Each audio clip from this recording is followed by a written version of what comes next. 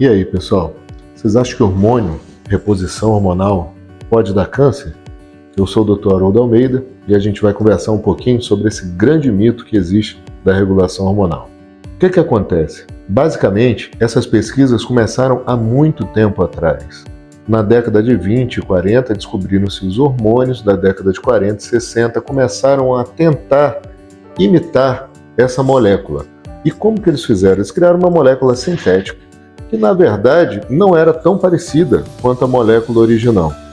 E todos os estudos que vieram nessa fase mostraram um excesso de efeitos colaterais na utilização desse remédio. Que na verdade é um remédio, não é um hormônio. Ele se parece em uma parte com hormônio, mas uma pequena ligação, um pequeno átomo diferente já faz com que ele não se encaixe de forma apropriada nos receptores. Ou seja, já altera completamente a sua função e os seus efeitos por conta dessa alteração bioquímica, né? Então, o que acontece? Esses hormônios nessa época, eles não eram o que hoje nós conhecemos como hormônios bioidênticos, hormônios que são iguaizinhos aos nossos hormônios originais. Esses sim, a gente pode chamar de hormônio. Então, houve realmente uma classificação enorme de efeitos colaterais no uso daquelas substâncias que pareciam com hormônio, mas que não eram hormônio. E hoje a gente vive uma nova classe de medicamentos, de estruturas, na realidade, que nós conseguimos mimetizar de forma ideal. O hormônio como nós o produzimos. Então, é o hormônio que a gente considera como bioidêntico.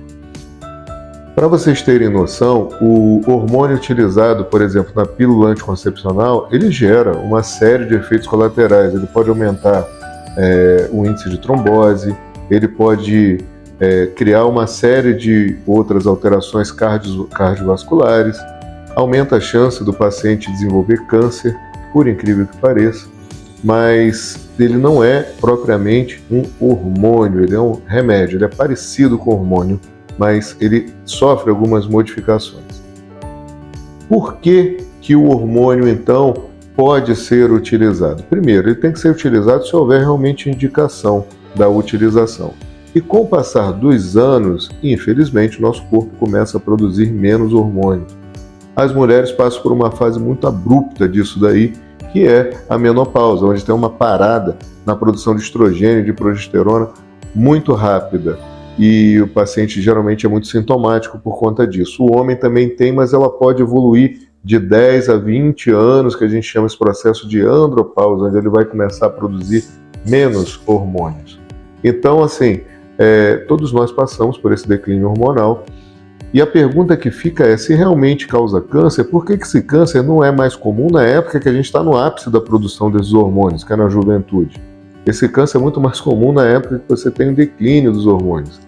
Aí vem um estudo super interessante, que trouxe a lenda, por exemplo, de que a testosterona poderia dar câncer de próstata. Veio oriundo de um trabalho, onde a pessoa analisou 3 pessoas. Uma delas abandonou o estudo, a outra transcorreu com o estudo com naturalidade, e a terceira teve um câncer de próstata. E aí a pessoa que fez o estudo afirmou que a testosterona poderia dar câncer de próstata. Mas ele analisou apenas 3 pessoas. Então, algumas pessoas que vão desenvolver câncer porque tem que desenvolver, não porque elas está diretamente relacionada ao uso do hormônio bioidêntico. Pelo contrário, os novos estudos estão provando que a testosterona, por exemplo, ela protege a próstata, ela não é vilã da próstata, ela diminui a chance de você ter o câncer de próstata.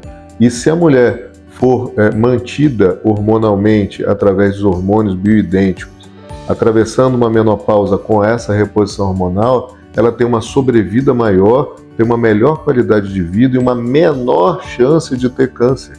Ou seja, não é o hormônio que causa câncer, mas os remédios que pareciam-se com hormônios que tinham vários efeitos colaterais, entre eles aumentar o risco do câncer. Tá? Então, tendo a indicação de fazer reposição hormonal, não há o que temer.